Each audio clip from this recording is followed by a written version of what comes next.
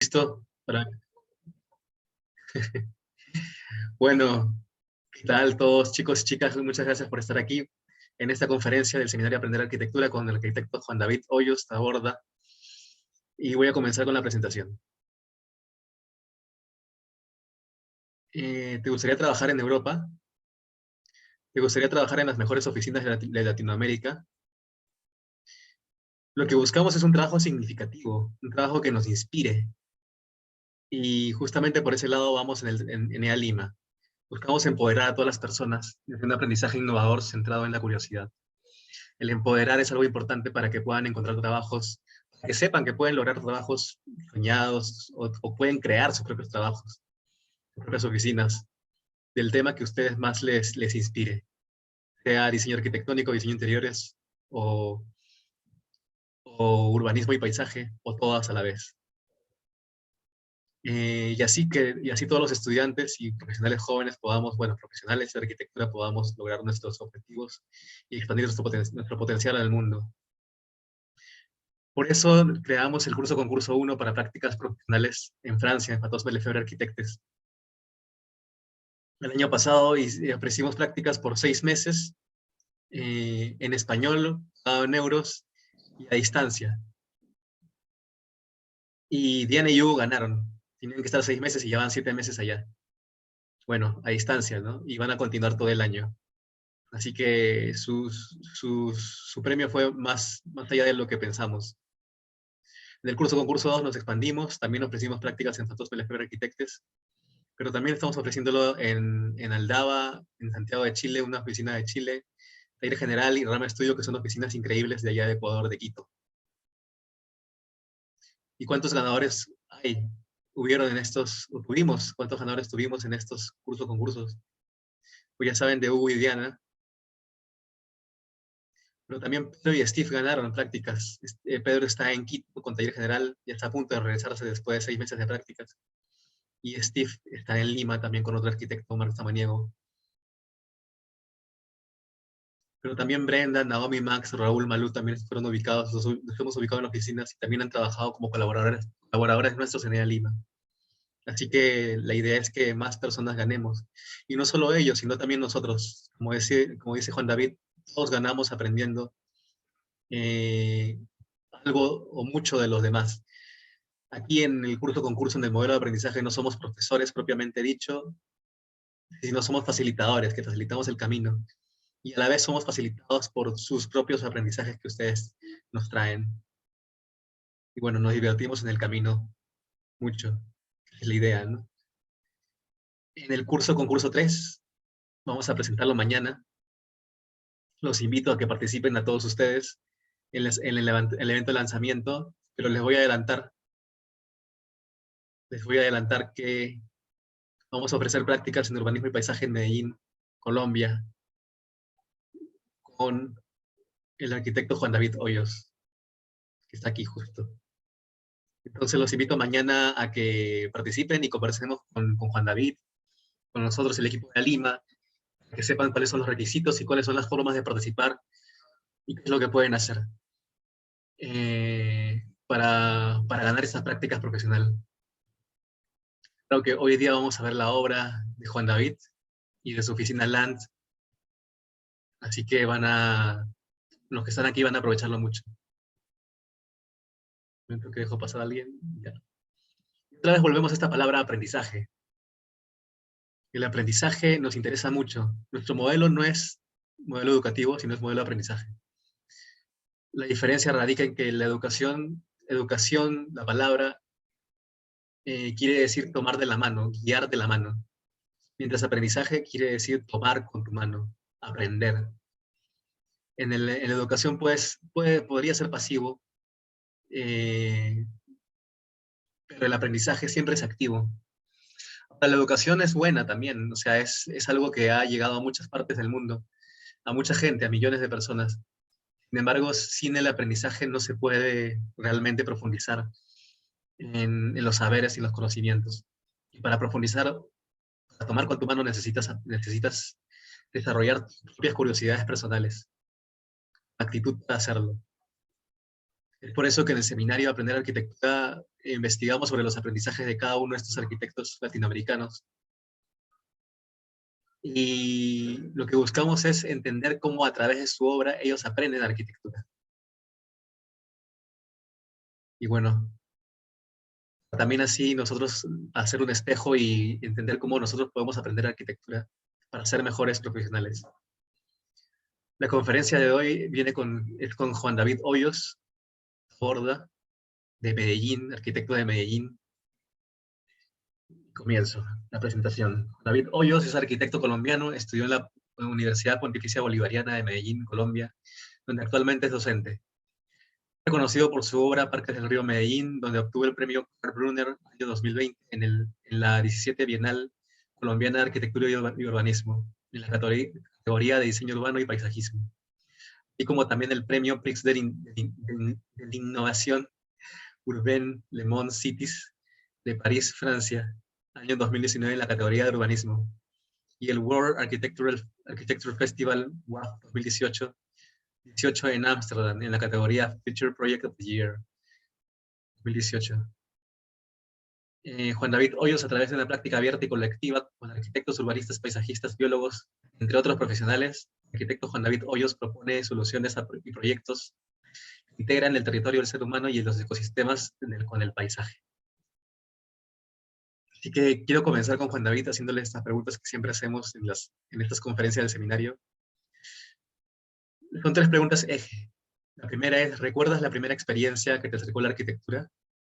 De repente de niño, la primera cosa que recuerdas que te llevó a ser arquitecto o que te llevó a conocer a la arquitectura. ¿Cómo aprendiste a hacer arquitectura en la universidad? También, ¿cuál fue tu academia?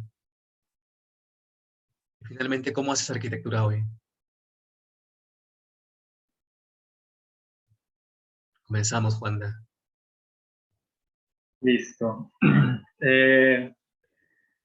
Bueno, no, voy a responder las preguntas al final como para que pues, entablemos ahí una conversación y voy a arrancar entonces con la presentación. Voy a compartir pantalla. Me tienes que dar permiso. Ah, ya, listo. Ya estamos. Estamos. Listo. Compartir. Ahí ven mi pantalla. Sí. Bien.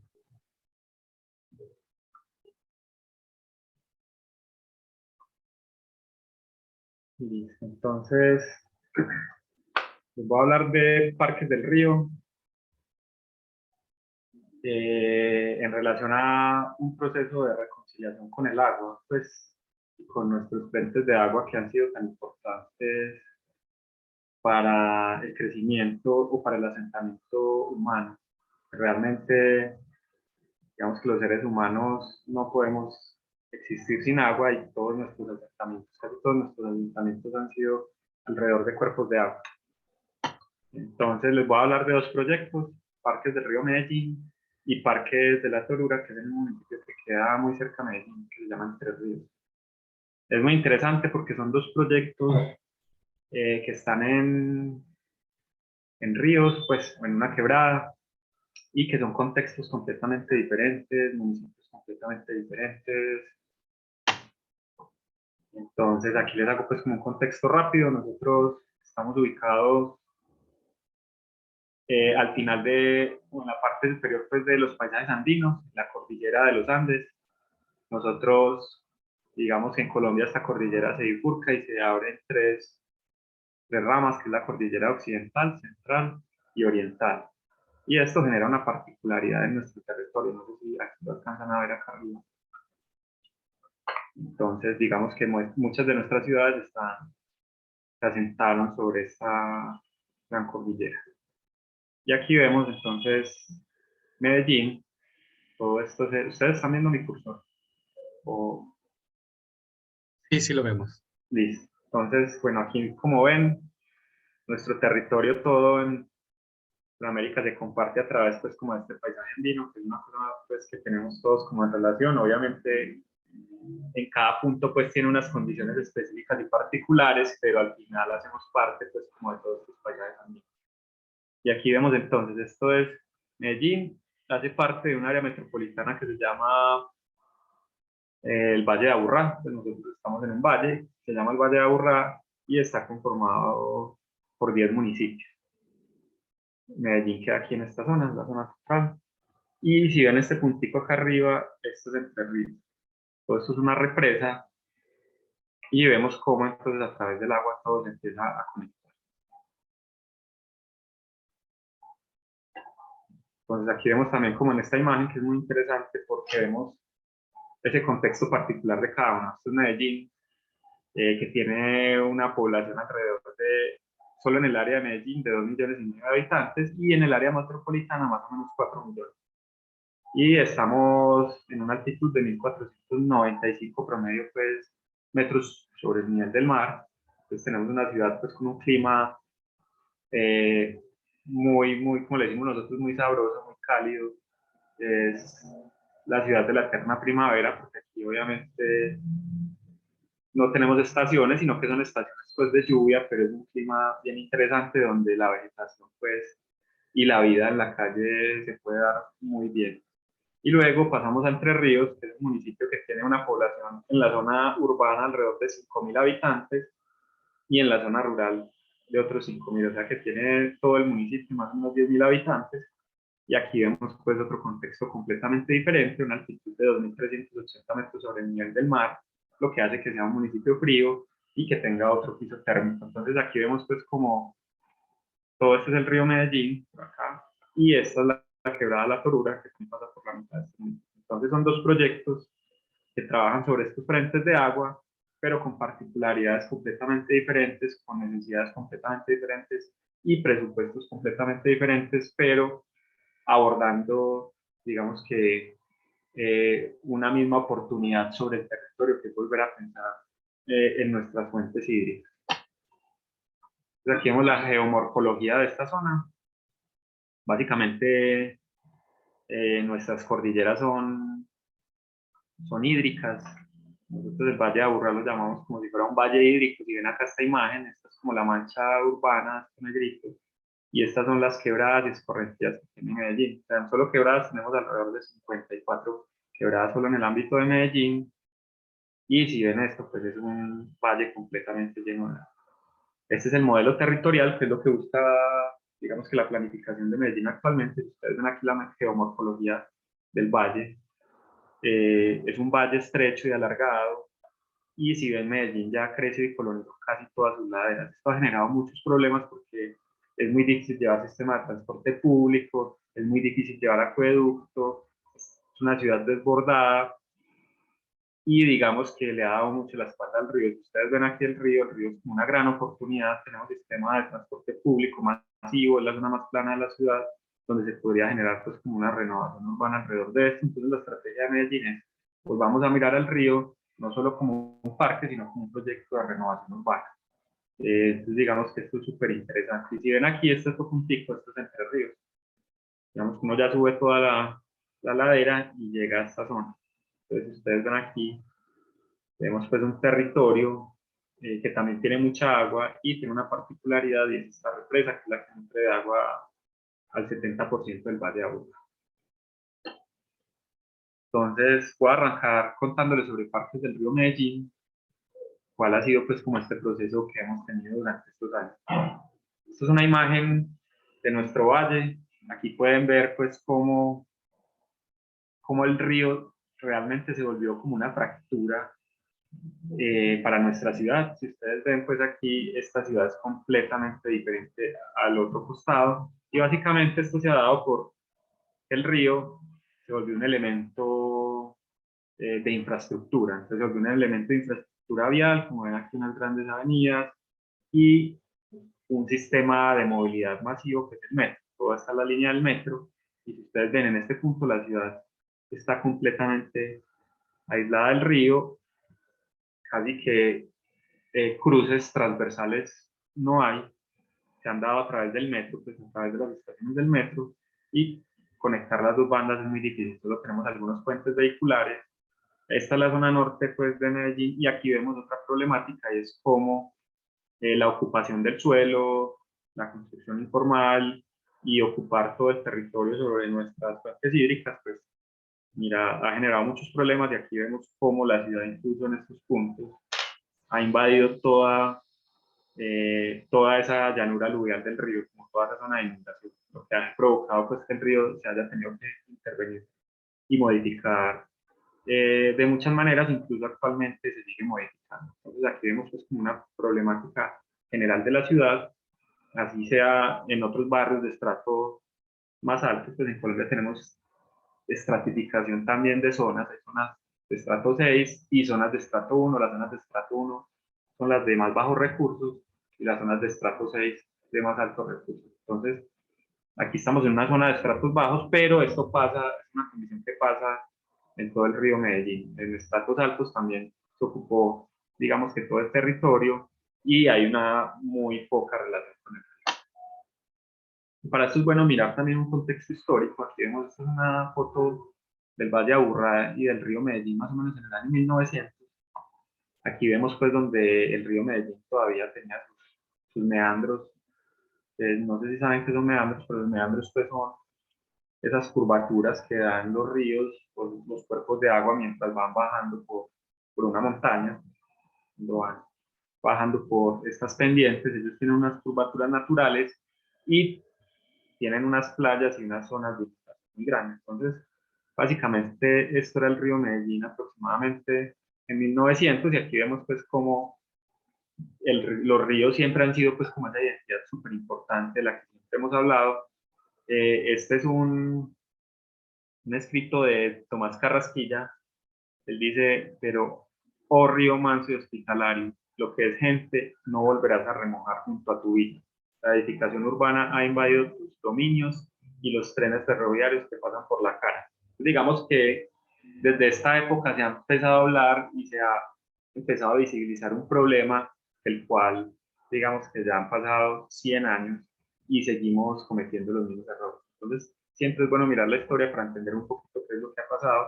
Pues aquí vemos en esta imagen de la izquierda, es una foto del año de 1941, y aquí si ustedes pueden ver, estos son los meandros naturales del río, y básicamente todo esto es una llanura de inundación en las épocas de lluvias y de alto flujo del río, todo esto se inundaba. Entonces lo que la ciudad hizo para poder generar su desarrollo y su crecimiento, digamos que esto se dio en la modernidad, era buscar como la manera más eficiente y de industrializar nuestra ciudad. Lo que se hizo fue rectificar el río. Aquí vemos cómo pasó de tener estos meandros a hacer una línea recta. Entonces, claro, el río aquí tiene una velocidad específica, una lámina de agua específica, y cuando hacemos esto, pues la lámina de agua y la velocidad cambian.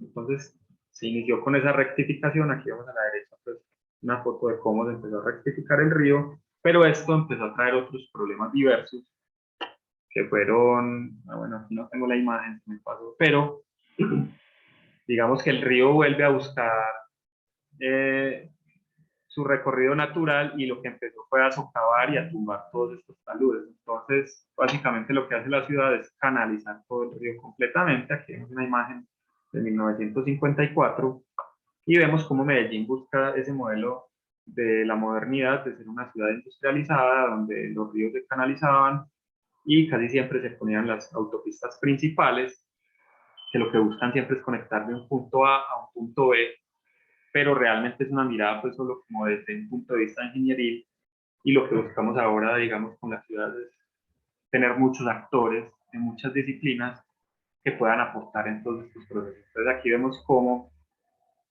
la ciudad se canalizó, se puso esta vía, que es una vía principal de la ciudad, pero también regional, incluso nacional. Medellín es un cruce de caminos y digamos que toda la autopista que nosotros llamamos regional o Avenida del Río es una vía nacional que conecta a Medellín con el resto del país, y por aquí pasa toda la carga pesada del país, de la zona norte al sur y del sur al norte y al occidente. Entonces, básicamente todo esto se vuelve un canal de servicios. Por aquí pasa la línea de alta tensión nacional también, pasan los interceptores, pasan todos los sistemas técnicos de la ciudad. Aquí vemos una imagen que es como esta zona, y lo que fue pasando también es que se fue alejando mucho de la ciudad. Entonces, ¿qué pasó con el río? son unas imágenes aquí abajo del año 2013, pasó de ser un río a hacer una autopista y hacer la cloaca de la ciudad. Entonces, en el imaginario colectivo de la ciudad, el río desapareció. Básicamente se convirtió en una autopista. Entonces, digamos que el proyecto de Parques del Río también ha buscado sensibilizar mucho, digamos que a la comunidad en torno al río, en volver a buscar esa o a recuperar esa vocación. Y aquí vemos pues lo que es actualmente el río, que es un río desconexión ambiental, división de la ciudad y desaparece del imaginario colectivo. Aquí vemos pues cómo cada vez es más difícil llegar al río, la ciudad está cada vez más lejos y todos los sistemas de movilidad y vehiculares siempre se han asociado a este punto. También entendiendo la geomorfología pues, de nuestro valle, que es un valle estrecho y alargado. Entonces, básicamente, estas son como esas condiciones complejas y eso ha llevado entonces como a perder esa identidad y esa sensibilidad con el territorio, lo que nos ha llevado a que sea una ciudad que le da la espalda al agua.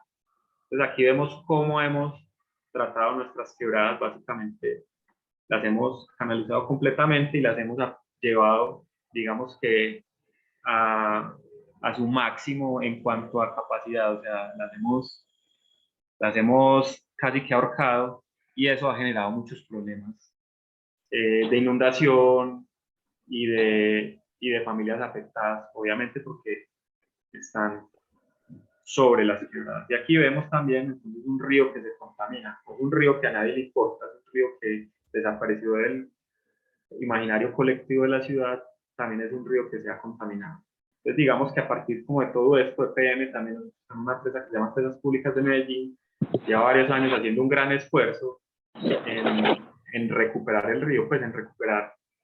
Nosotros tenemos unas plantas de tratamiento de agua, unos colectores intersectores que lo que hacen es que recogen todas las aguas negras de la ciudad y las llevan a estas plantas de tratamiento para que el agua del río baje naturalmente. Entonces, Parques del Río no solo es un proyecto de un parque, un proyecto de renovación urbana, sino que es un proyecto de reconciliación con nuestros sistemas naturales, en cómo volver a pensar la ciudad, en cómo tratar de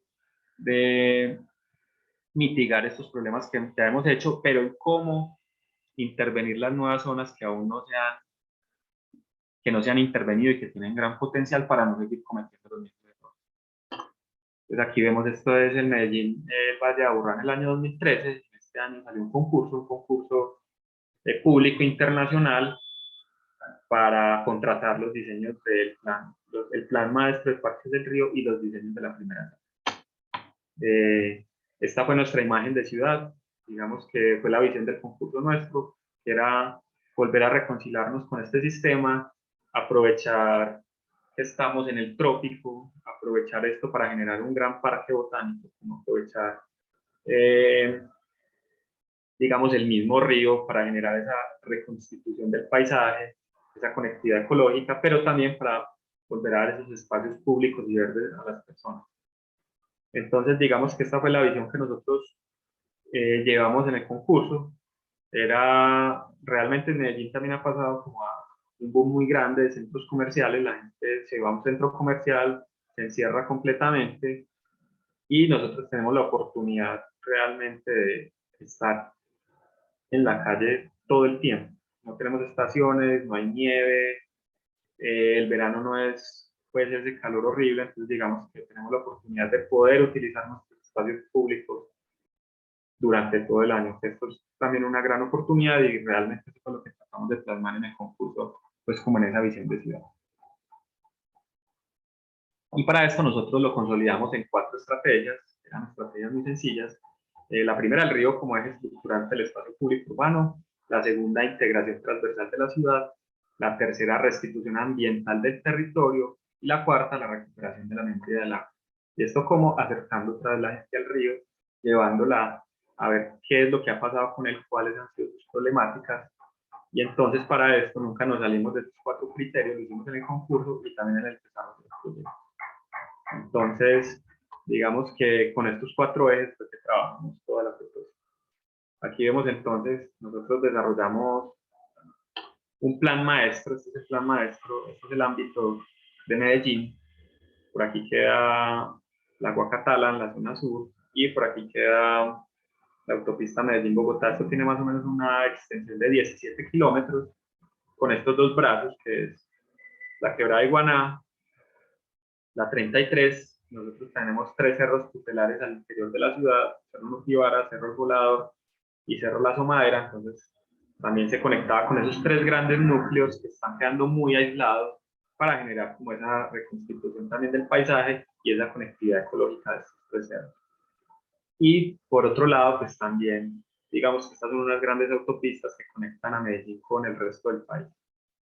Entonces aquí vemos, pues esta es la primera etapa que desarrollamos, que es una primera etapa que tiene alrededor de 90.000 metros cuadrados, y se desarrolló desde el año, a finales del 2013, y se inauguró primero la etapa del costado occidental, que está acá arriba, y luego esta. O sea, estuvimos más o menos de finales del 2013 hasta inicios del 2020 en esta primera etapa. Entonces, claro, es un proyecto muy ambicioso, es un proyecto de ciudad, es una construcción colectiva que, digamos, permea gobernabilidad, arquitectos, incluso la misma comunidad. Entonces, es una visión de ciudad que se irá desarrollando en el tiempo. Y digamos que la propuesta del proyecto básicamente es que nosotros, como vimos al inicio, Medellín es un valle estrecho y alargado, no tenemos la posibilidad, como otras ciudades, de generar anillos perimetrales viales para sacar toda la carga pesada. Entonces, básicamente nuestra única opción era volverle a dar espacio al río, a la vegetación de las personas, deprimiendo los vehículos. Entonces aquí lo que hicimos fue invertir la cadena, pasar los vehículos abajo y recuperar toda la, digamos que toda la zona superior. Entonces, básicamente lo que nosotros hicimos fue la construcción de un nuevo suelo. Entonces, la construcción de este nuevo suelo se hace de esta manera. Esta es la situación inicial. Todo el río, básicamente en la ciudad, tiene esta situación, y es una vía travesía, que es esta vía que va al costado del río, que es la vía nacional, una vía arteria, que es la otra vía que conecta la vía travesía con la ciudad, y luego está la vía de servicio, que es la que le da acceso a los predios. Entonces, ustedes ven esta faja, es una faja gigante vehicular, y en algunos puntos tiene una faja de metro. Entonces, la ciudad reservó un espacio gigante alrededor del río, pero para tener solo el sistema de movilidad eh, privado y movilidad de metro o tren. Entonces lo que se propuso fue: enterremos los carros.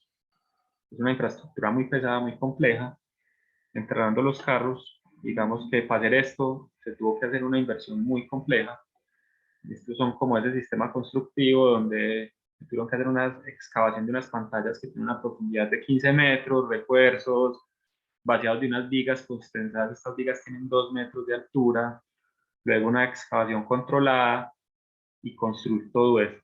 Esto porque me gusta mostrarlo. Ustedes ven aquí en estas imágenes, eh, digamos que para reparar este territorio, para volvernos a acercar al río, para volver a valorar el agua, para ver, entender por qué se contaminó, quién la contaminó y cómo hacemos una gestión colectiva, tuvimos que hacer una obra muy compleja y muy costosa. Entonces, digamos que aquí vemos toda la construcción que se tuvo que hacer en esa base para generar este nuevo suelo, y es una inversión muy alta. Aquí vemos las vigas sustentadas de 2 metros, una persona en las tomaletas.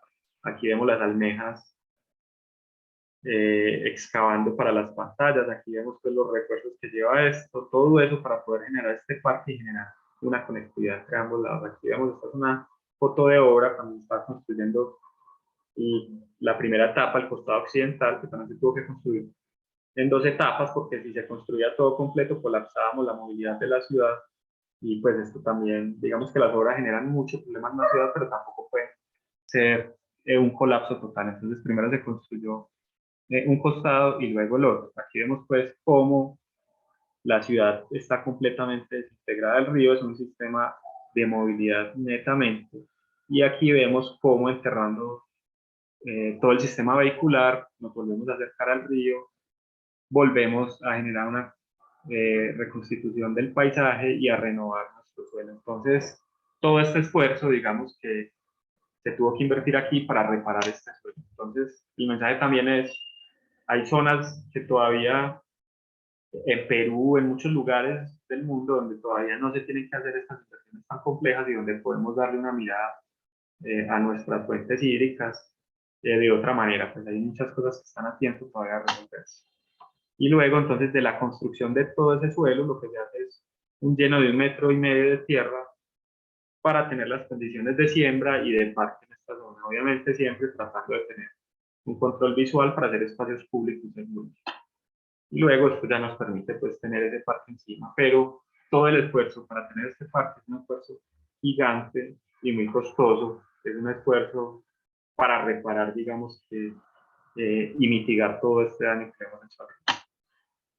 Y luego aquí empezamos a ver entonces esa recuperación de esa llanura aluvial para la vegetación, para la fauna y las personas a través de una infraestructura verde. Digamos que el río ya no podemos recuperar los meandros, es un río que no va a ser un río natural, pero sí tenemos esa oportunidad de tener, digamos que, esa nueva llanura aluvial para las personas, para la vegetación y empezar a reparar, digamos, que todo esto que ha venido pasando con el río. Para esto nosotros también hicimos un recorrido, fuimos al nacimiento del río Medellín. Este nacimiento está ubicado a unos 25 kilómetros al sur de Medellín, no es muy lejos, y aquí vemos cómo es este paisaje. Entonces aquí vemos realmente cómo es el río Medellín, y haber ido allá también nos ayuda a entender, obviamente, que volver a esto es imposible, pero que sí es esa gran oportunidad y ese gran espacio de encuentro, de reconciliación con el territorio e incluso de la misma reconciliación de nuestras ciudades, que generalmente han sido muy aporreadas por la violencia, por los problemas sociales, políticos y económicos, y esto ha llevado a que siempre estemos encerrados.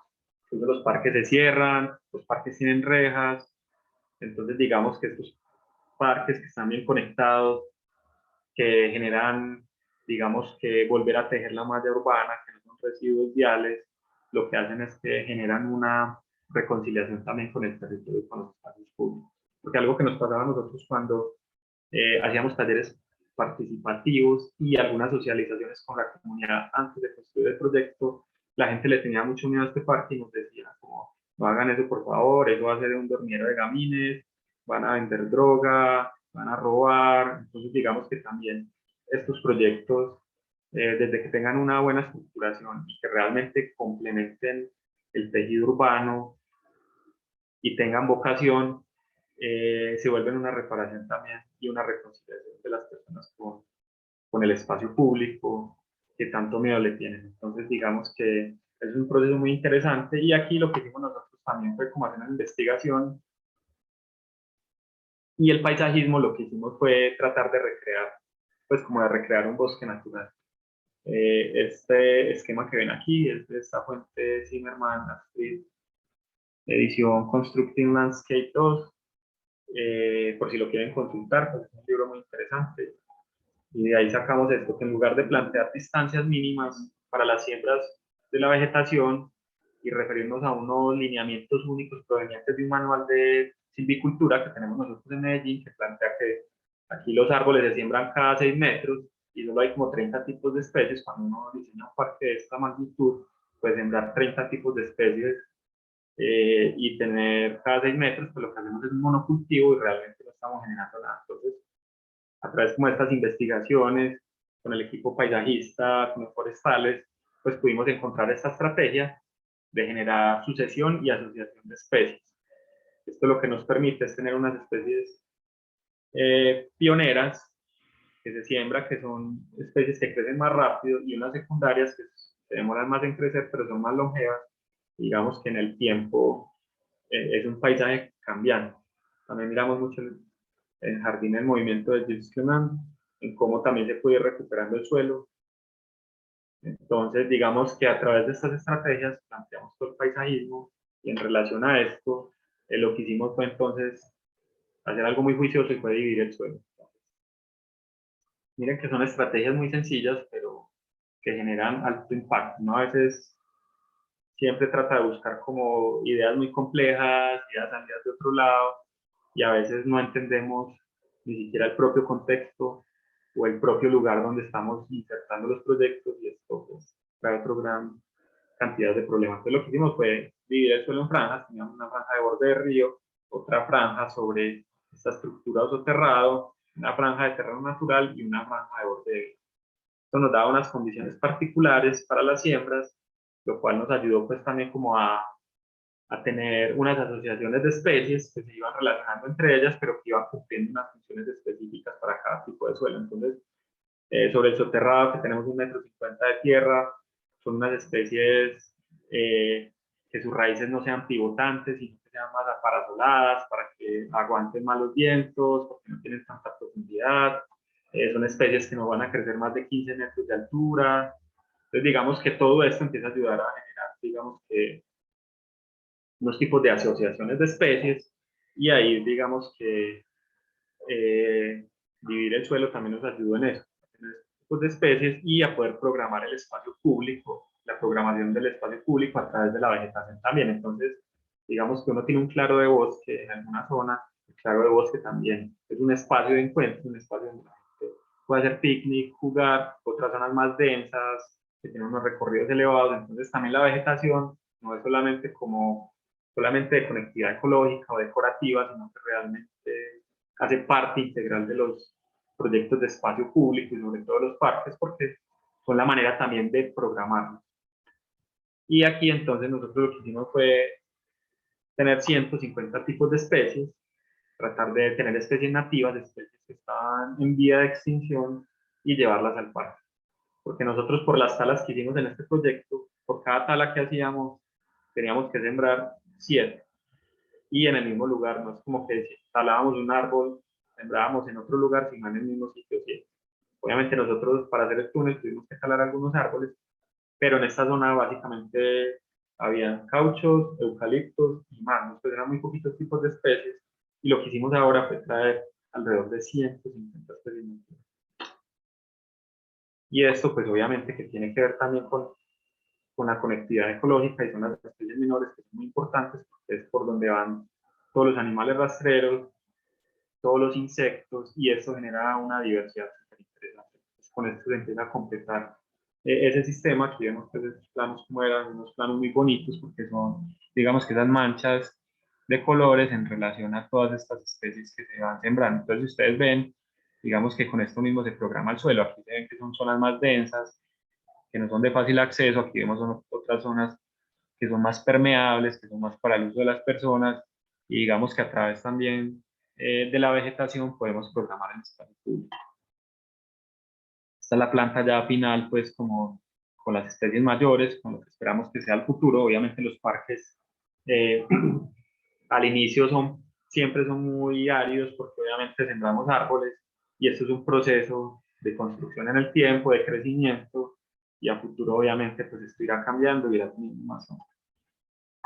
Entonces, digamos que esto es lo que se buscaba: volver a traer a la vegetación, a las personas al río, darle prioridad, digamos que a estos corredores ambientales sobre la movilidad. Pero también hay que aprovechar cuando uno hace este tipo de infraestructuras, y lo que hicimos fue dejar también espacios reservados para un tren futuro o para un metro. Entonces, obviamente, cuando haces una inversión tan grande y cuando son proyectos que tocan una ciudad de una manera de esta, pues es bueno tener digamos que un equipo multidisciplinario donde se pueden llegar a este montón de acuerdos. Entonces, obviamente, con esta inversión tan grande, tenemos la posibilidad también de tener sistemas de transporte público masivo en esto, y eso también ayuda a que el proyecto se vaya volviendo un proyecto indispensable para la ciudad. Entonces, a la hora de las entidades públicas pensar un sistema de movilidad, ya piensan en Parques del Río. Con Parques del Río podemos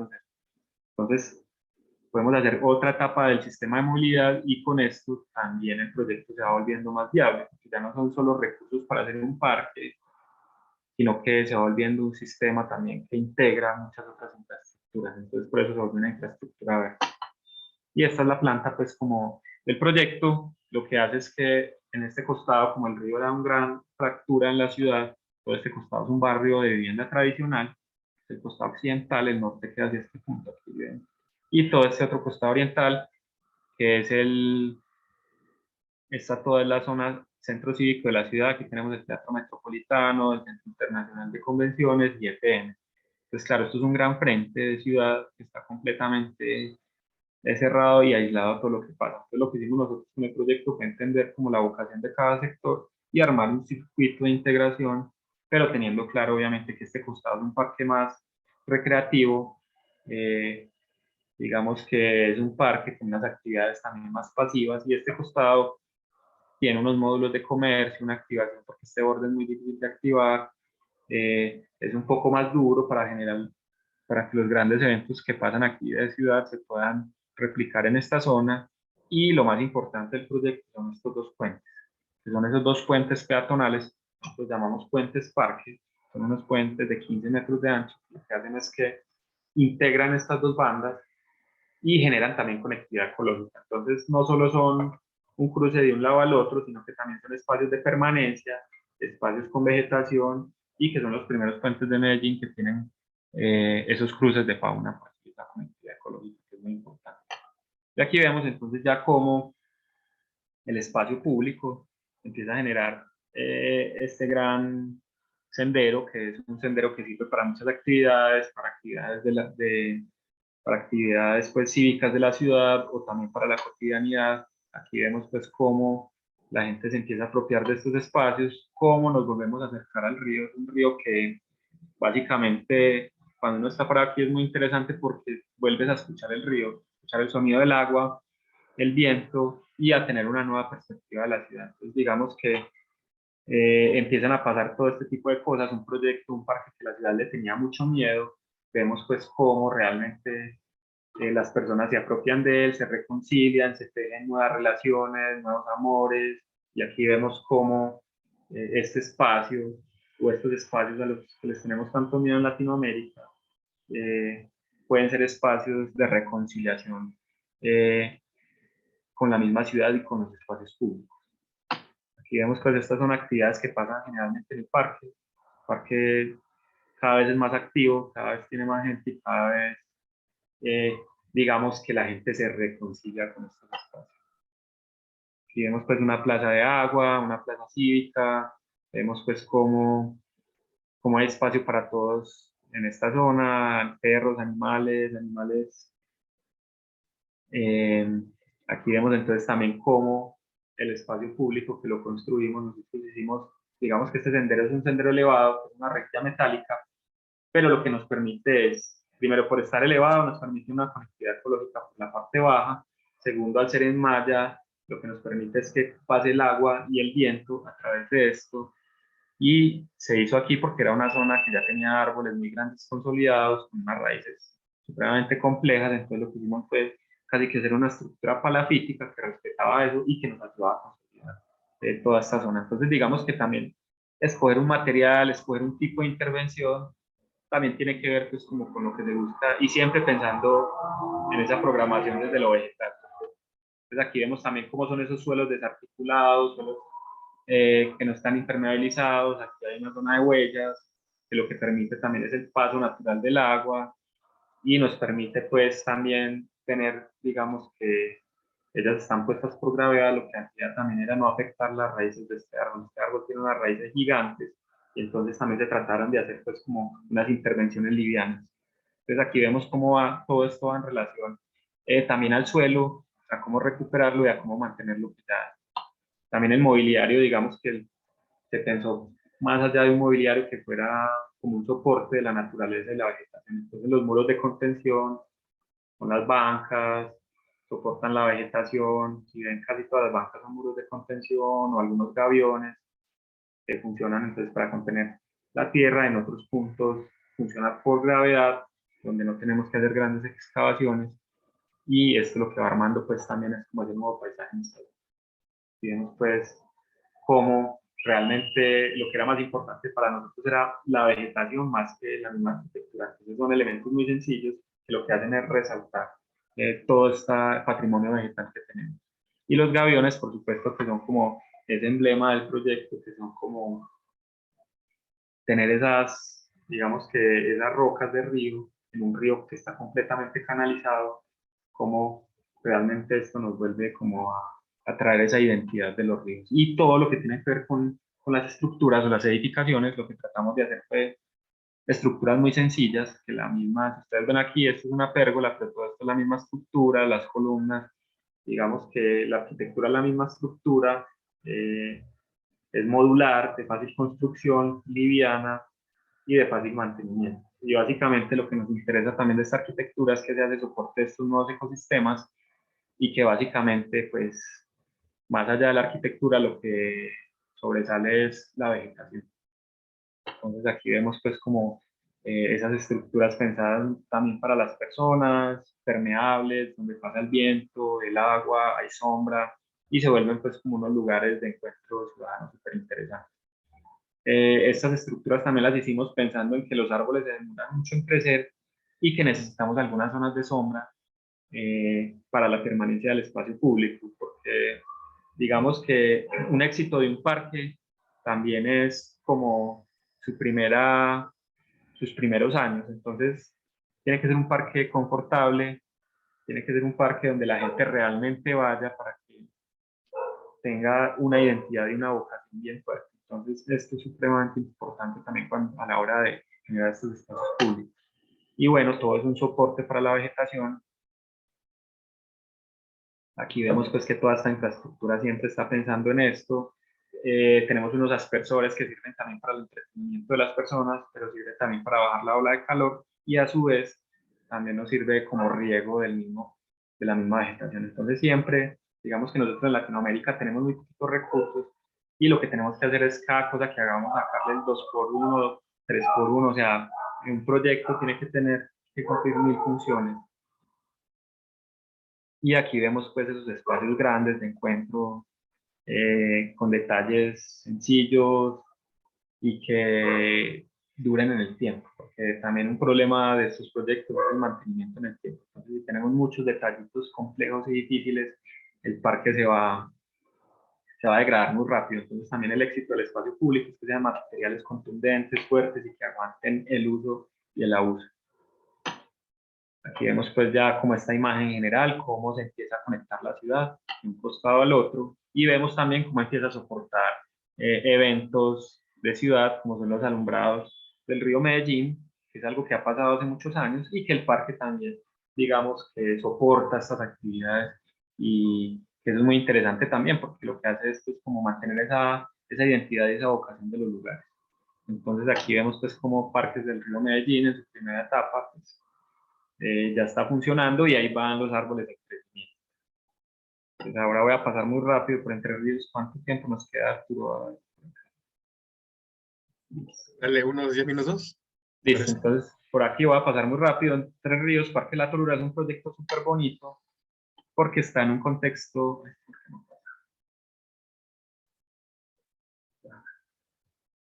es un contexto completamente diferente al de Medellín. Aquí vemos entonces páramo, Entre Ríos y embalse. Básicamente, digamos que esto es lo que define este territorio. Es un territorio que su actividad económica es la ganadería, pero para la leche.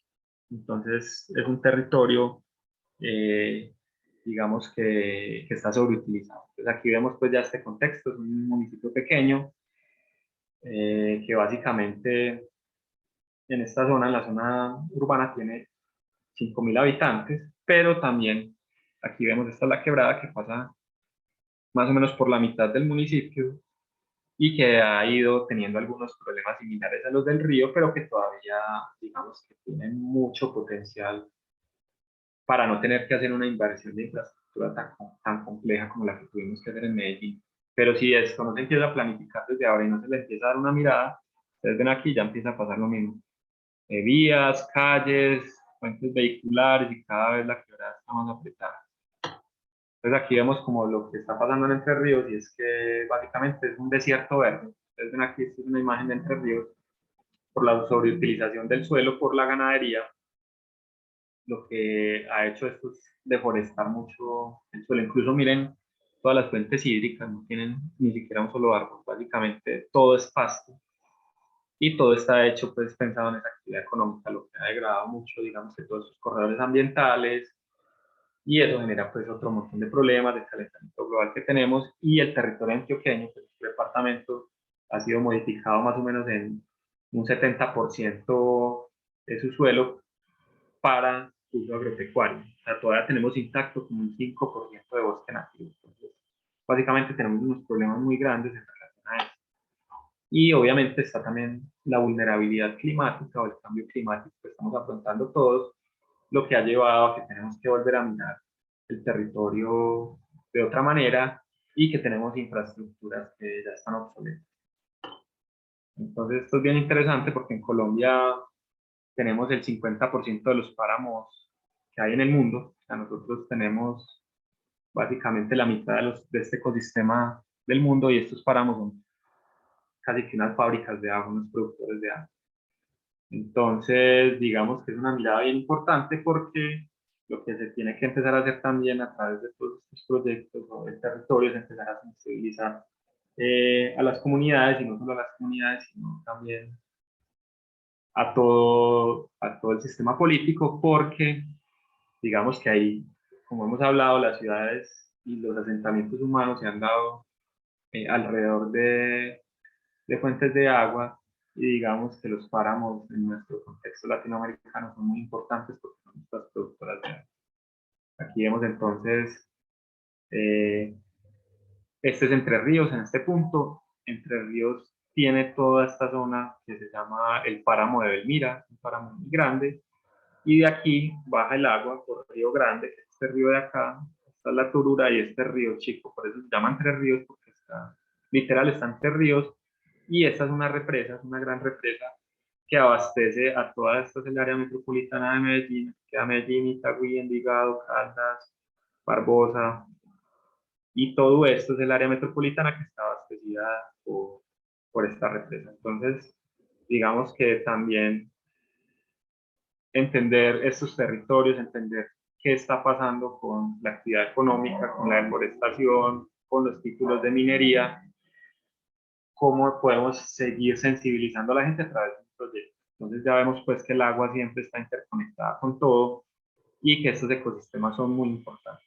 Entonces lo que hicimos aquí fue tener unas visiones multiescalares, trabajar en varias escalas, donde primero lo que hicimos fue reconocer completamente el territorio de esta zona, luego tener la cuenca hídrica de la quebrada de la Torura, que es la que pasa por el municipio, y luego llegar al encargo específico, que es hacer un parque sobre esta quebrada. Pero para eso tuvimos que dar una mirada más grande y entender los problemas para poder hacer unas propuestas que vayan más acordes con este territorio, con el agua, y que ayuden a sensibilizar también a la gente. Los proyectos siempre son la gran oportunidad de sensibilizar a la gente con el territorio.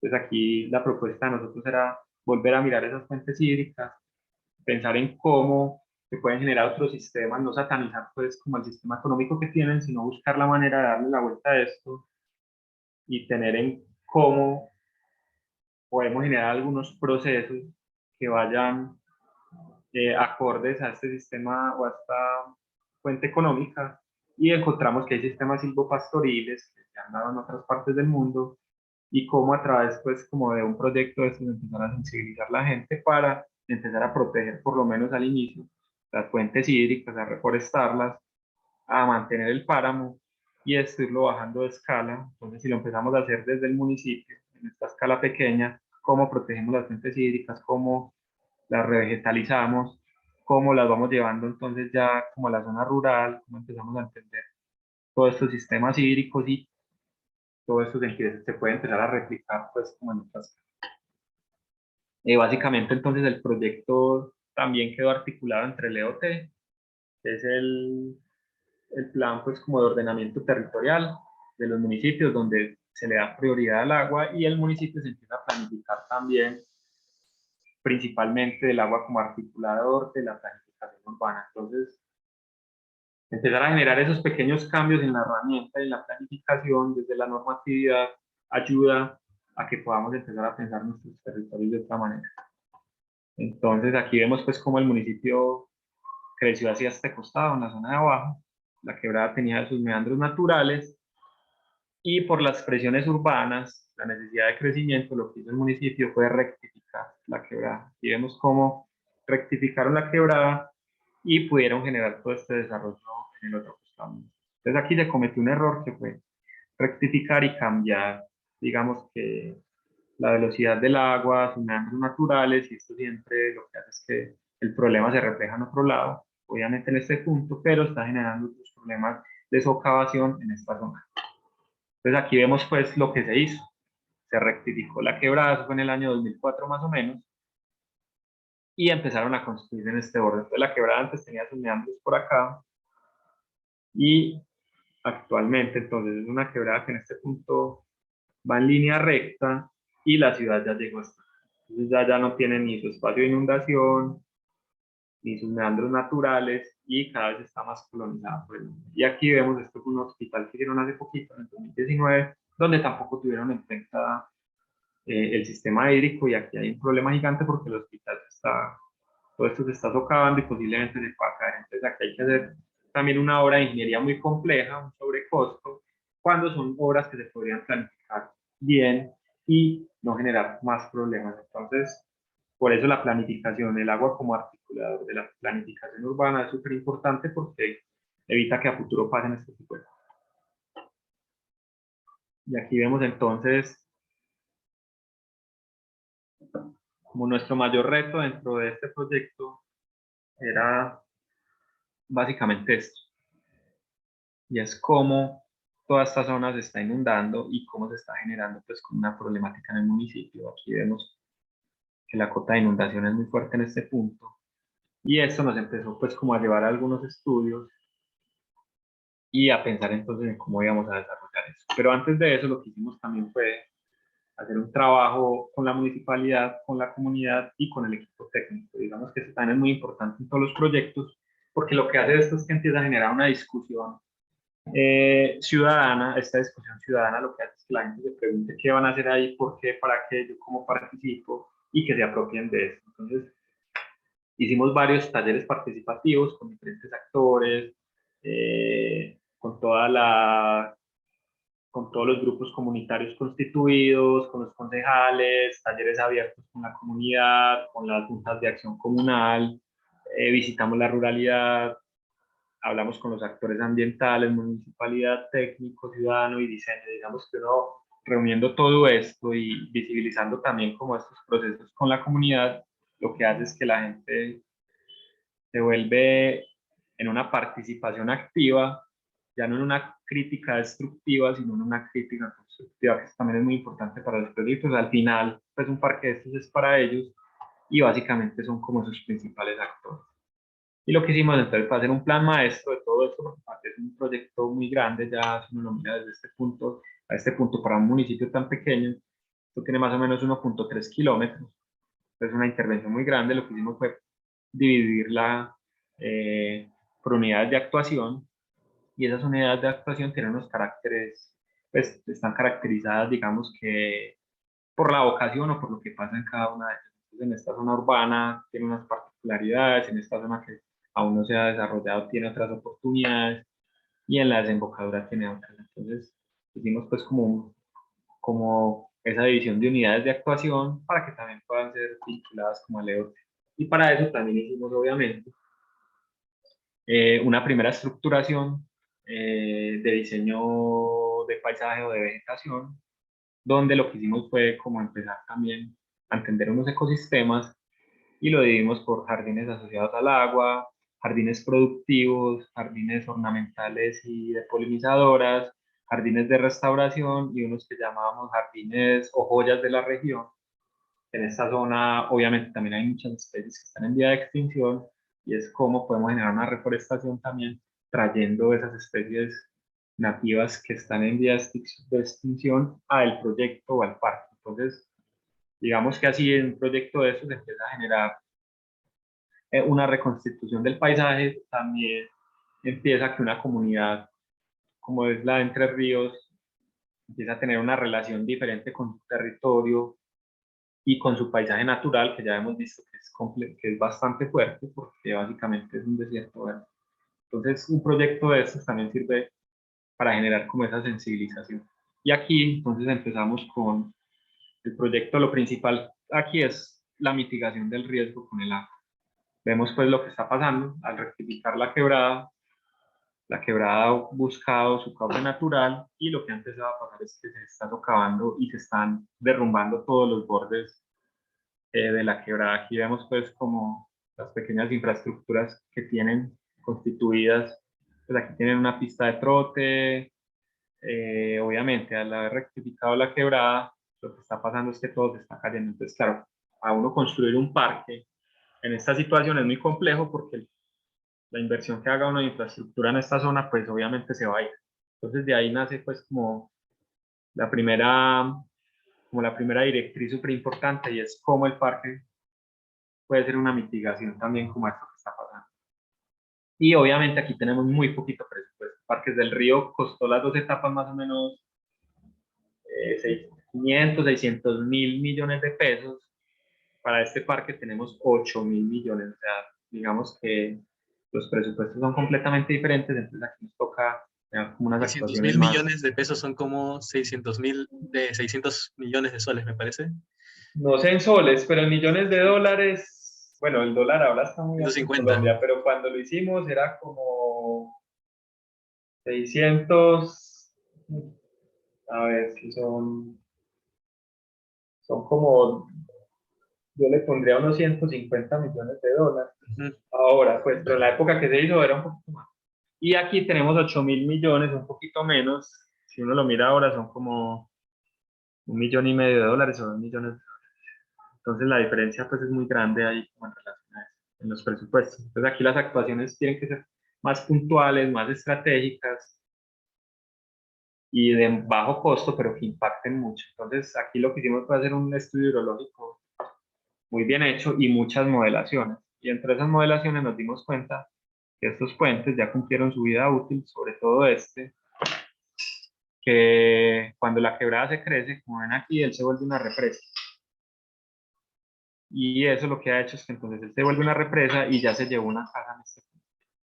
Entonces, obviamente, entrar en esa discusión con un municipio y con una comunidad, que decirles que ya tienen un puente que es una estructura obsoleta es muy complejo. Entonces, esa ha sido una pelea muy grande, pero ya al principio era muy difícil, pues porque yo les decía al alcalde o a la comunidad, pues hay que tumbarlo y todo el mundo se horrorizaba, pues hasta casi que me sacaban de allá.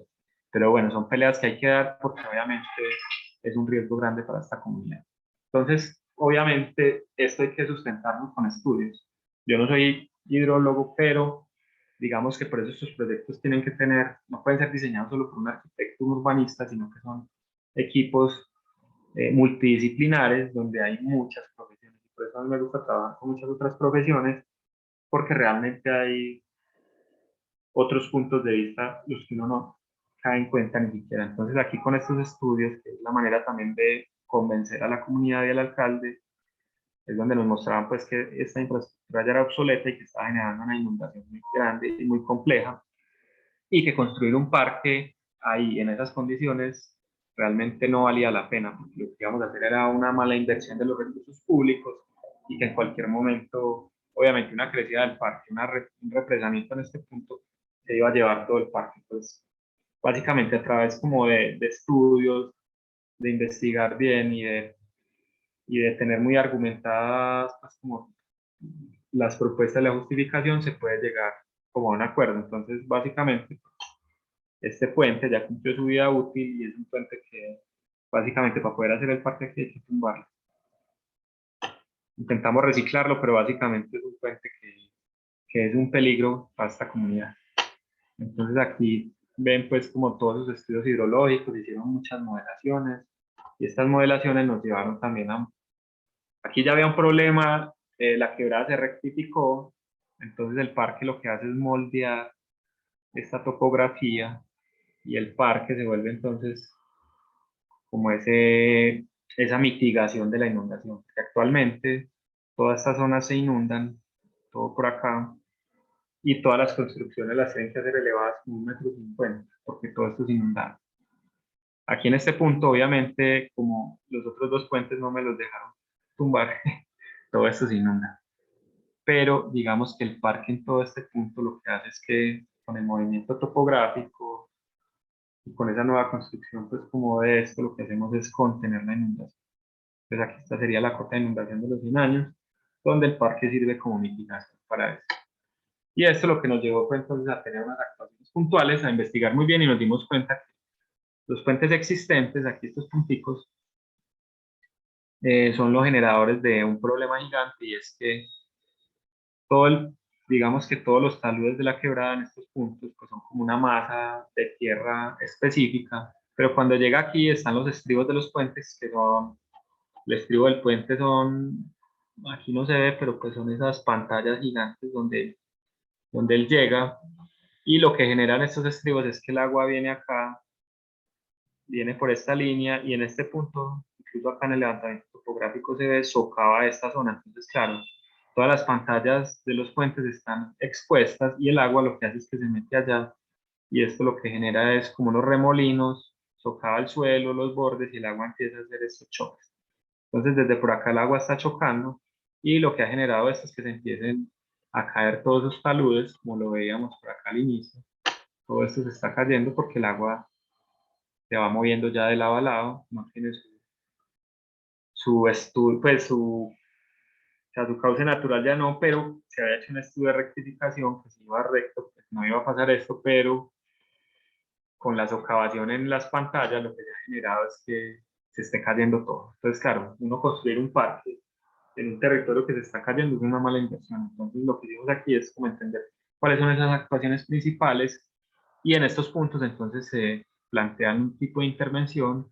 En los puentes nuevos también, pues, los puentes nuevos no pueden ser un problema futuro, entonces también se implementa este tipo de actuación, y luego hay otras mitigaciones del riesgo más puntuales, que es con cortes de taludes. Entonces lo que hacemos nosotros es también aquí como dividir esto como en sistemas. Hay unos sistemas más complejos que son a través de bioingeniería, son más costosos, que son los que se hacen en los estribos de los puentes, pero luego hay otros que son simplemente unas excavaciones de tierra, unos taludes 2 a 1, para evitar que se caigan, y obviamente la vegetación, que es la que obviamente le da pues como esa firmeza al suelo. Entonces, digamos que con actuaciones costosas puntuales y otras actuaciones más estratégicas podemos generar estas mitigaciones. Y en estos puntos, como en el inicio, en las patas de la quebrada, vamos a poner como un manto de fique, perdón, como un tejido.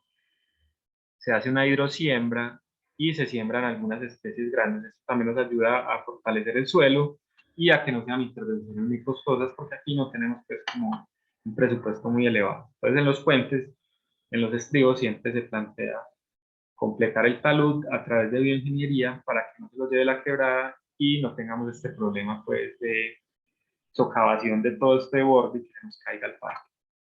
Entonces aquí vemos también el proceso de restauración. Pues este es el puente existente, es ese puente que se vuelve una represa y que se ha llevado casas en este punto. Nosotros lo que planteamos es demolerlo, y esto también lo que nos muestra es que reparar estos territorios también es costoso, y este puente nuevo es una montaña, básicamente para poder tener los apoyos muy lejos de la quebrada y poder cumplir con un gálibo mínimo. O sea, nosotros básicamente la cota de inundación máxima de 100 años llega a un nivel, y de ese nivel tenemos que dejar 2,50 m libres por si la quebrada arrastra árboles, vacas, carros, puedan pasar por debajo. Entonces, básicamente, las nuevas infraestructuras que uno proponga siempre que estamos haciendo un proyecto nuevo,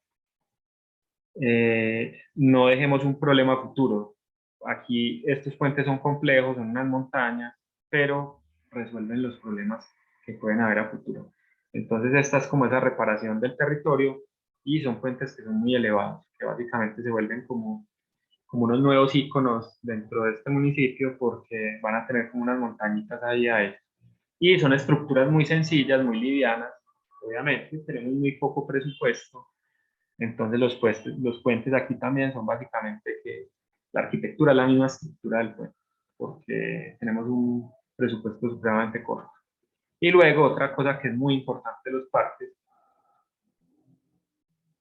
es la conformación de sus bordes, porque los bordes son los que nutren y los que le dan vida también a estos proyectos. Entonces, digamos que nosotros actualmente tenemos una conformación de este tipo, que son vías muy grandes, para un municipio muy pequeño, ya tienen pues obviamente unos parámetros con una actividad económica específica que se pueden vincular al parque, pero lo que nosotros proponemos es que teniendo en cuenta que es un municipio tan pequeño, que básicamente tiene un radio de 500 metros, que es donde la gente camina muy fácil, lo que estamos proponiendo es, pues no como en Parques del Río, enterrar la vía, porque es un municipio pequeño y no vale la pena, pues son esfuerzos innecesarios, pero sí aprovechar la mitad de la calzada y construir con lo construido. Es como aprovechar ese suelo, ese gran suelo, una superficie impermeabilizada, quitarle una parte a los carros y lo que proponemos es esto con las vías existentes. Pues la vía es así de grande, le cogemos una faja, esa faja la perforamos y sembramos vegetación y es como esa transición entre el parque y la calle y básicamente entonces ayudamos a desimpermeabilizar el suelo porque por aquí se puede recoger agua, tenemos vegetación, bajamos la ola calórica y construimos con lo construido. Este es un referente muy bonito que se llama, una oficina francesa, se llama Wagon Landscaping, y lo que hacen es que cogen grandes superficies impermeabilizadas como estos parqueaderos y le hacen unos cortes. Con esos cortes, o sea, trabajan con el mismo suelo, pero le quitan la impermeabilización, generan vegetación y generan una nueva infraestructura construyendo con lo construido. Entonces, digamos que cuando uno tiene también tan poquito presupuesto, hay que buscar varias alternativas y siempre también es muy bueno estar como investigando y buscando referentes de cómo lo han hecho otras personas en otros lados y que te sirvan para traer pues, como los proyectos de uno. Entonces, básicamente nosotros en todas las vías lo que estamos proponiendo es generar este tipo de intervenciones y se vería algo como este tipo. Entonces ya no tenemos la calle gigante de lado a lado, sino que se trabaja con el mismo asfalto, se perfora, se siembra vegetación y se arma como esa transición entre el parque y la calle. Entonces aquí vemos esta la planta pues, del proyecto. Aquí tenemos alrededor de 400 metros de longitud y esta es la primera etapa, aquí al lado de la alcaldía, esta es la primera etapa que va a arrancar ahora dentro de poco y se va a ir construyendo por etapas, pues, como, porque es un municipio que tiene muy poquitos recursos, entonces toca ir haciéndolo de a poco e ir consiguiendo recursos pues, con gobierno nacional o con la gobernación de Antioquia, pero para esto hay que tener pues ya como unos estudios muy definidos y aquí vemos pues entonces cómo el mismo parque a través de sus sistemas o de esos nuevos, esas nuevas topografías, como ven aquí en algunos puntos hay que hacer unos llenos, unos piques, unas contenciones, pero que nos sirven de programación del mismo espacio, se puede contener también, entonces la quebrada ya sube y ella llega hasta su límite máximo que es por acá y ya no nos inunda el municipio y el mismo parque ayuda a hacer pues, como mitigación de este riesgo y a través de las actuaciones que les mostré anteriormente, pues ya ayudamos a que no siga teniendo pues como esa socavación y que el parque no se nos vaya a caer. Y todas las infraestructuras que hacemos en este proyecto son muy sencillas, básicamente son estructuras livianas, estructuras de bajo costo y de bajo mantenimiento, digamos que para que puedan ser utilizados por el municipio. Entonces aquí nosotros planteamos unas infraestructuras muy específicas, un escenario en este punto, un zócalo o un balcón al lado de la alcaldía del municipio está en esta zona, este es el parque principal, pero la alcaldía le da la espalda completamente a la quebrada. Entonces lo que nosotros hicimos fue proponerle al alcalde, venga, hagamos aquí un balcón que se integre con la alcaldía y que realmente la alcaldía sea como, digamos que ese espacio que vuelve a mirar la quebrada y que la vuelve a programar. Entonces tenemos como estas pequeñas infraestructuras, los puentes y unos balcones que se van replicando, digamos que por este territorio. Entonces nos toca hacer como de actuaciones muy puntuales y muy particulares porque tenemos muy poco presupuesto. Entonces el escenario es una estructura básica, sencilla, pero que sirve para eventos del municipio o también sirve en la cotidianidad para hacer como otro tipo de actividades. Entonces aquí ven estructuras muy sencillas, 4 columnas, unas cerchas y una cubierta. Realmente, más allá de tener una super arquitectura, eh, pues super fashion, lo que buscamos es que sea una arquitectura que pueda durar acá en el tiempo, que sea de fácil construcción y que el municipio pueda construir este proyecto porque son muy pocos los recursos que tenemos. Entonces toca lo de la alcaldía, o sea, digamos que estructuras muy sencillas, los puentes peatonales también, son estructuras súper sencillas, son un tubular aquí grandote con unas riostras inclinadas y un tablero, y básicamente es la misma arquitectura. Entonces, digamos que a diferencia de Parques del Río, este es un proyecto que tiene menos presupuesto y que toca trabajar casi con las uñas. Entonces tenemos detalles muy simples, algunas mallas, algunos balcones, y los acabados de piso también son muy importantes, porque cuando hacemos un proyecto de espacio público y tenemos muchos tipos de acabados, la construcción es más difícil, conseguir los materiales es más difícil, y el mantenimiento en el tiempo también es súper complejo. Entonces la estrategia que se adoptó en este proyecto es que los bordes de ciudad en este punto son todos en adoquín de arcilla, y al interior del parque es en concreto permeable terracota. Básicamente manejamos esos dos materiales por todo el proyecto, y con esto construimos como esa identidad. Adoquín de arcilla, andenes y concreto permeable a todo el interior del parque. ¿Y por qué el concreto permeable? Este es un concreto que permite que el agua pase, y lo que nos ayuda es que no tenemos que construir un montón de redes para recoger el agua y llevarla por tubos y sacarla a la quebrada, sino que nos ayuda o a llevarla a algunos tanques específicos, o a que filtre y drene naturalmente por el terreno, ayudando a que una lluvia no vaya todo directamente a la quebrada, sino que siga los procesos naturales de permeabilidad del suelo. Aquí vemos pues como unas imágenes de cómo se empieza a armar pues como toda esta identidad a través como de estos dos materiales.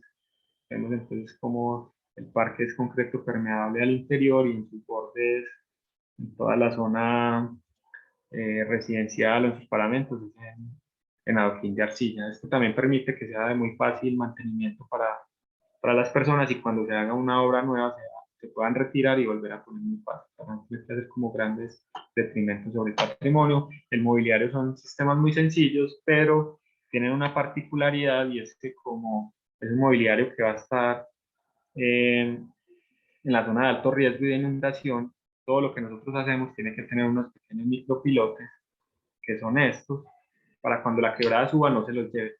Entonces, obviamente, son mobiliarios sencillos, pero van a ser un poquito más costosos de lo normal, porque tienen que tener estos pilotes.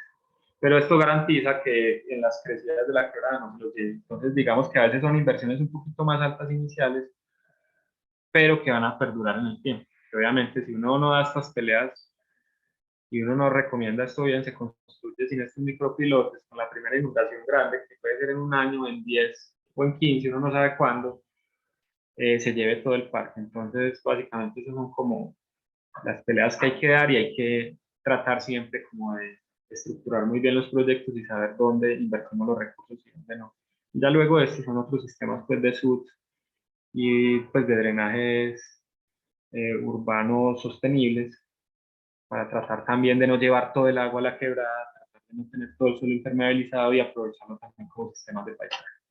Y luego está el diseño con vegetación, que siempre es muy importante, y donde hicimos pues como esa estructuración que les contaba ahorita: jardines de agua, productivos, ornamentales, polinizadores, de restauración y joyas de la región.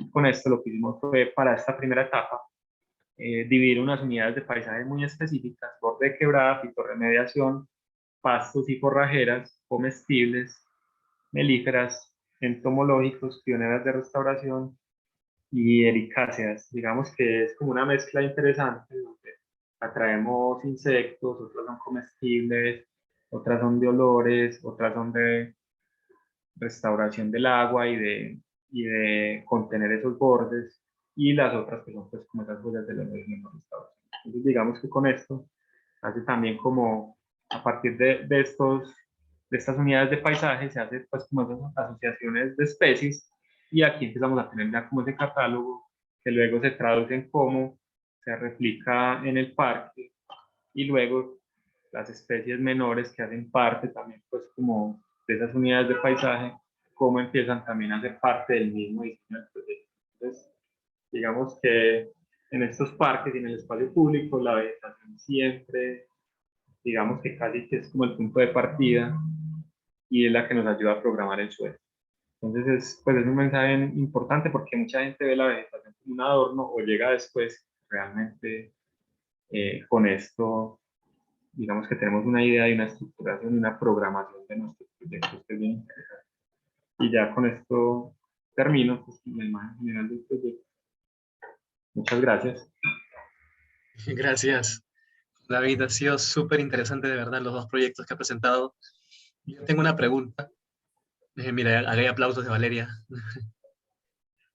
Y también hay buenos comentarios de gente que le encanta lo que has comentado, lo que has expuesto. Yo tengo una pregunta.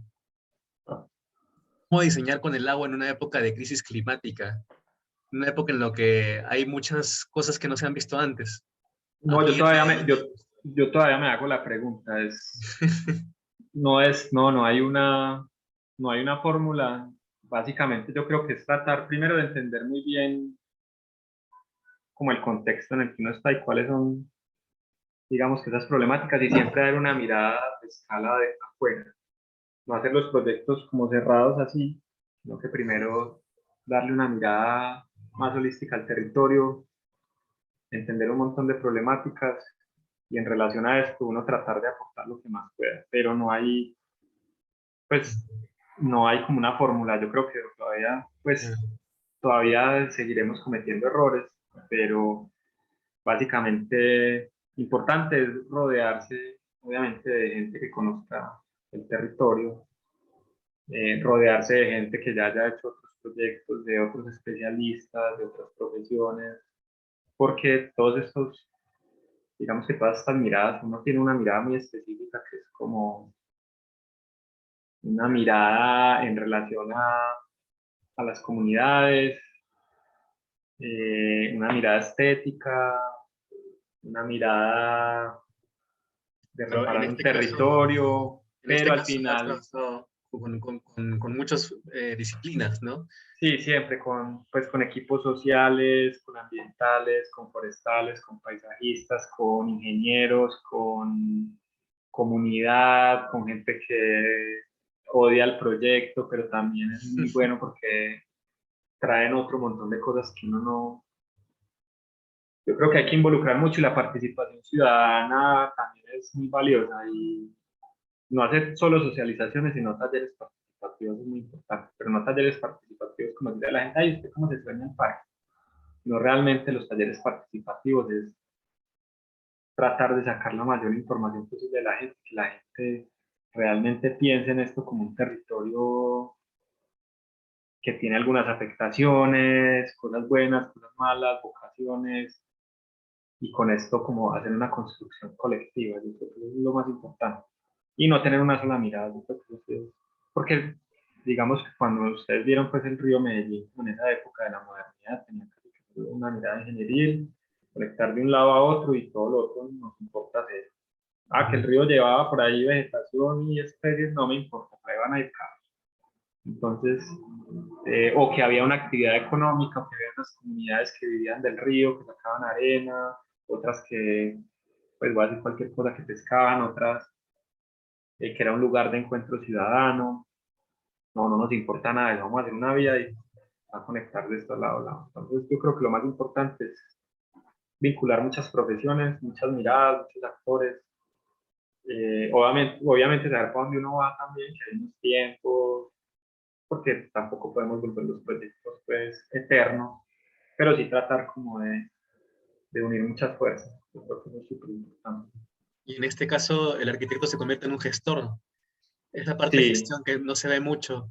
sí, porque el ¿Cómo has arquitecto trabajado? tiene un problema y es que uno se enamora de los proyectos, entonces uno sigue pedaleando y de aquí, jodiendo allí, allá, cuando la gente se rinde, cuando aquí ya no sale, uno igual como tiene ese contrato y se enamora de los proyectos, uno está ahí.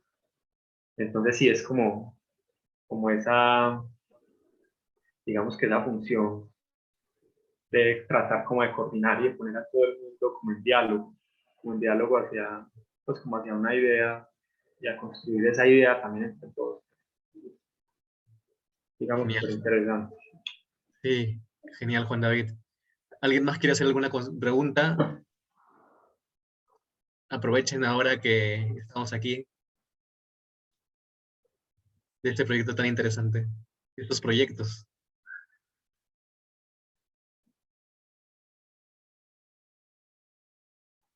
Responde a las preguntas del inicio, dice. Listo, eran... Vale. Ah, cierto. Yo las vuelvo a leer. Ya se me estaba yendo.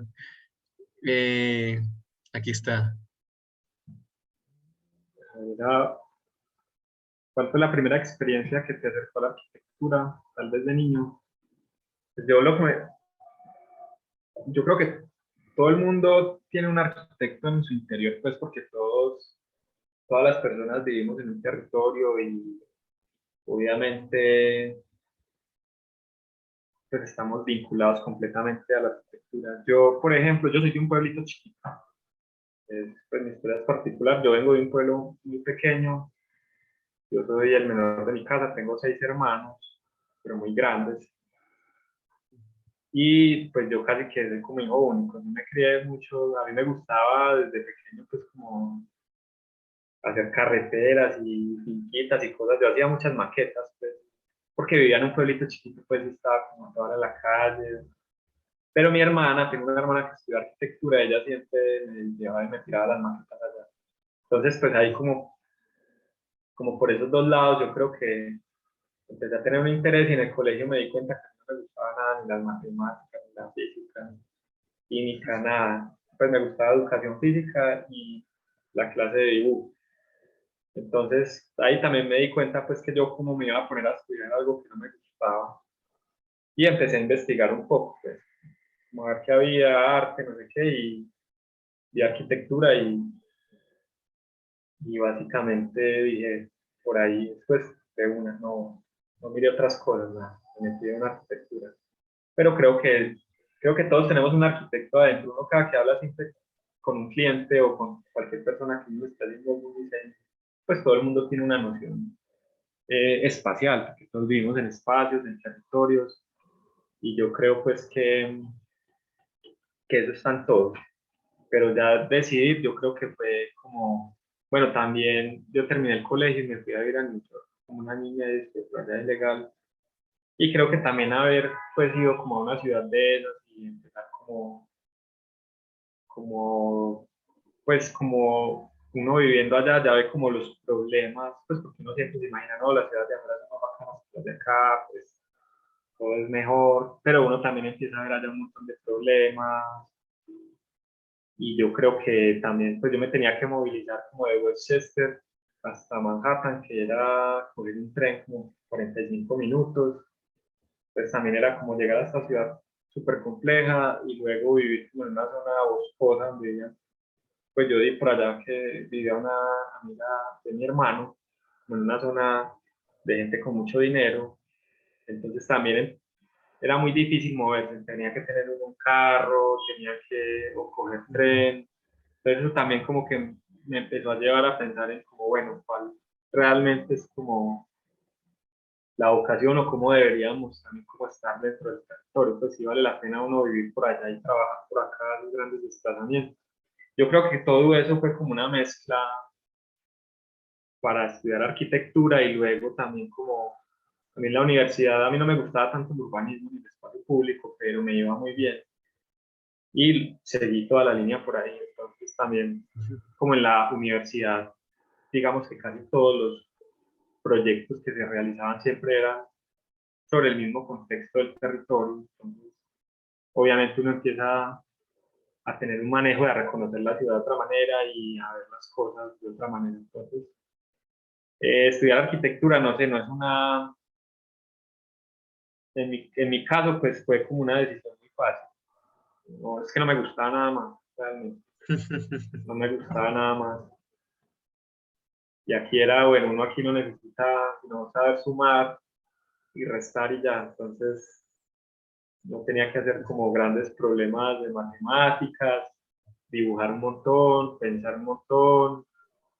También me gustaba, a mí, yo soy muy malo como para, pues también fue como una decisión de vida, yo soy muy malo como para cumplir horarios muy específicos y las otras profesiones son como, la arquitectura también, pero uno aquí a veces necesita espacio para pensar, hacer otras cosas. Entonces creo que también por ese lado, como esa forma de vida también me interesaba mucho, pues como no es una cosa tan rígida, sino que uno puede llevar el proceso de muchas maneras. Súper, Juan David. ¿Y cómo te enseñaron arquitectura en la universidad? ¿Cómo Eh, aprendiste arquitectura? ¿Cómo? ¿Cómo aprendiste arquitectura en la universidad? Bueno, en la universidad nosotros pues realmente, yo estoy en una universidad católica, entonces pues, están todas las materias humanistas, y de religiones, y luego está el pensum específico de arquitectura. Yo no veo muchas materias, pero a mí me gustaba mucho taller, entonces básicamente en mi universidad siempre han dado clases pues, como los arquitectos que están haciendo cosas en la ciudad. Entonces, eso es interesante porque uno, obviamente, en los talleres no te cierran, pues como que, sino que te abren la mente, pero también como en los problemas particulares de la ciudad. Yo creo que a mí me tocó pues como mucho esa, en todos los talleres. Yo nunca hice un proyecto que no fuera pues como en Medellín o sus alrededores, pues como hacer uno por allá en otro lugar. Casi siempre fueron como en el contexto y obviamente tratando problemas contemporáneos, pero con visiones pues como muy abiertas, a veces utópicas, que eso te lleva también como también investigábamos y las otras materias también se complementaban o trataban de complementar pues lo que se estaba haciendo. Entonces, yo creo que eso ayuda un montón. Fue una práctica interesante, pues hay algunos pues muy buenos, otros malos, pero en general, eh, pues como esa, también es muy importante como esa construcción con los otros compañeros. Yo también no solo era como esa clase del salón o del aula, sino que también compartía mucho con mis otros compañeros y eso armaba también como otras dinámicas entre todos, pues como que nos mirábamos los proyectos, opinábamos y eso también ayuda un montón. Mm. Entonces, porque se vuelve colaborativo y la arquitectura al final no es individual, sino que es súper colaborativo. Y a veces en la universidad también te llevan, pues obviamente porque uno tiene que aprender y tiene que demostrar que ha adquirido pues como unos conocimientos específicos, es muy individualizada, pero realmente la arquitectura es súper colectiva.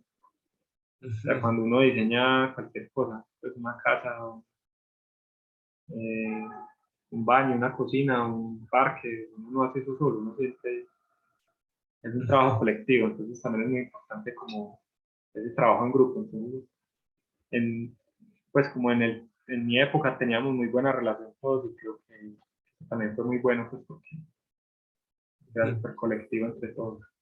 Y el tema, lo que has dicho, el aprendizaje entre pares, ¿no? Es muy Mm. importante. La crítica, el conversar con tus amigos es muy importante como, como estar en clases. Y otra cosa, en las clases a mí siempre me daba miedo hablar, y eso es una Ujú. bobada, es mejor hablar en clase, porque después a uno le toca hablar, le toca, pues si eso ayuda a uno en clase, eso le ayuda como a irle perdiendo el miedo a todos los años a hablar, es muy difícil.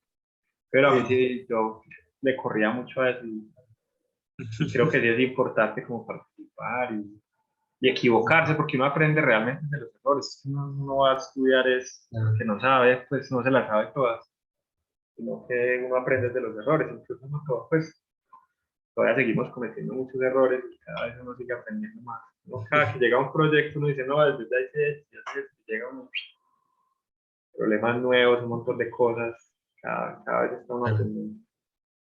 claro. Acá hay una pregunta bien interesante que dice, eh, Ludger Antesana. No sé, Ludger, si estarás por ahí para que la hagas en voz. Es sobre su tesis. ¿Me escuchan? Buenas noches. Buenas noches, Hola. Ludger. Buenas noches. Sí, bueno, es, actualmente estoy haciendo mi tesis y el tema es un centro comercial ecológico en el Valle del Río Rima, el cual la idea nace un poco, mi intención general era un poco recuperar el río Rima, ¿no? Como actualmente está y sabiendo la importancia que tiene para todo Lima. pero según mis asesores, el proyecto era demasiado grande, recuperar el río Rímac, el cual me dijeron que me concentre en un proyecto, el cual ese proyecto pueda concientizar la conservación y devolverle esa interacción que tiene el hombre con el río, ¿no? Y la naturaleza. Y bueno, decidí elegir un centro comercial.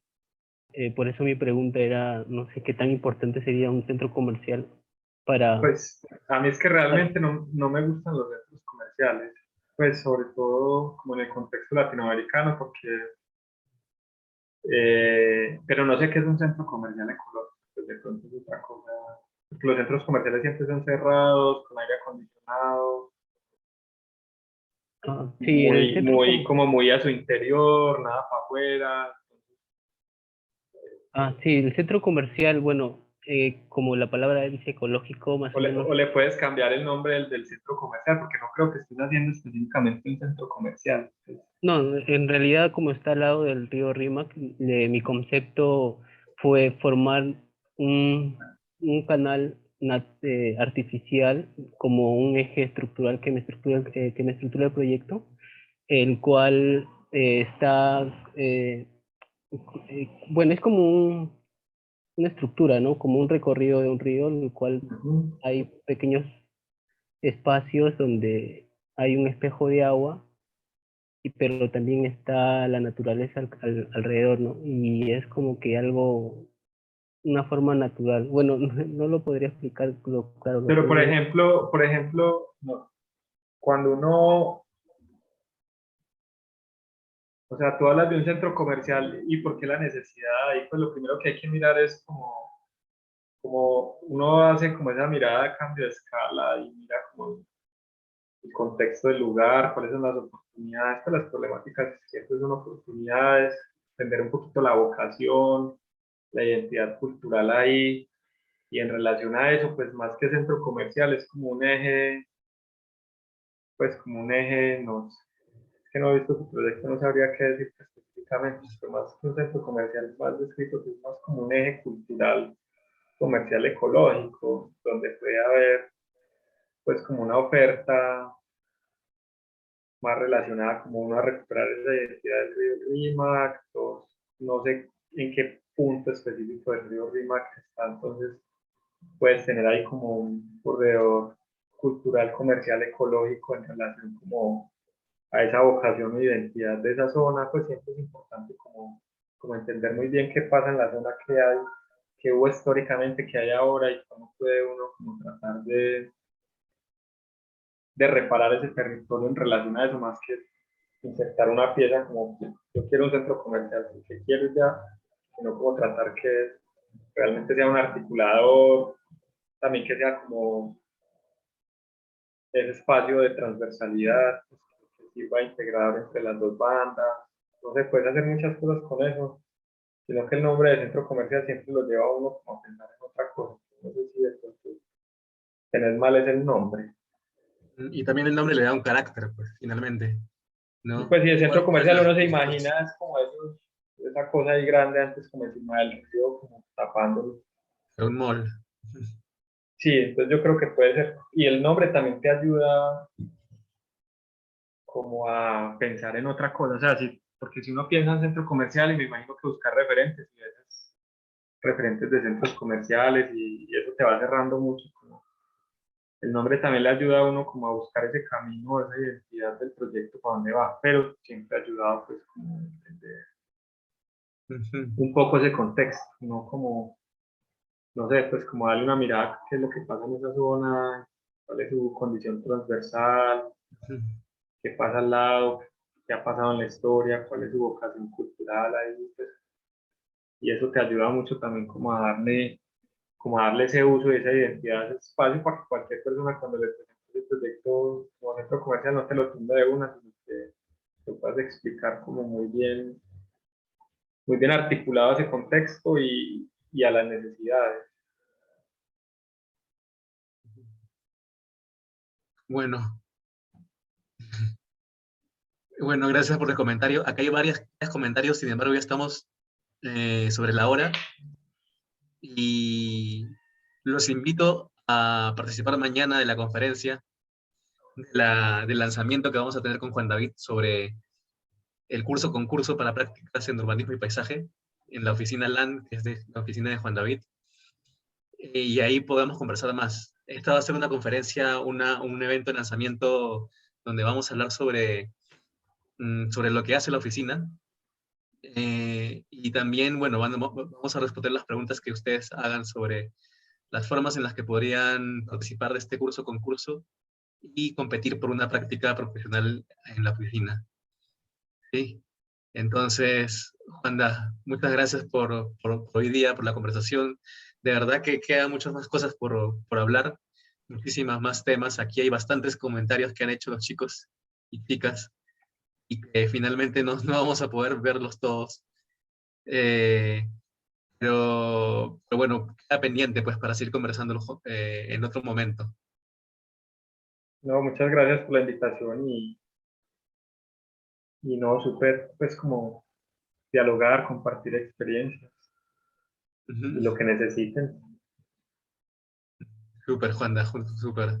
Estamos conversando entonces. En verdad ha sido una conferencia muy inspiradora y por los proyectos, ¿no? Por los proyectos y la inteligencia que has aplicado en todo esto. De la inteligencia múltiple aplicada. Entonces, seguimos conversando. Yo sí me quedo con mucha curiosidad de preguntarte más cosas. Así que por ahí te voy a De escribir. una. Bueno, chicos, un abrazo. Un abrazo, pues Ahí hasta la creo que próxima. me extendí más de la cuenta, pero es que es tan difícil. No, pero estuvo muy bueno. Así que no te quise interrumpir porque estuvo tan bueno. Esto va a quedar grabado, esta conferencia, para Bueno, compartirla. chicos. Bueno, pues Bueno, Juan, un abrazo a todos. Hasta un luego. abrazo. Hasta la Chao.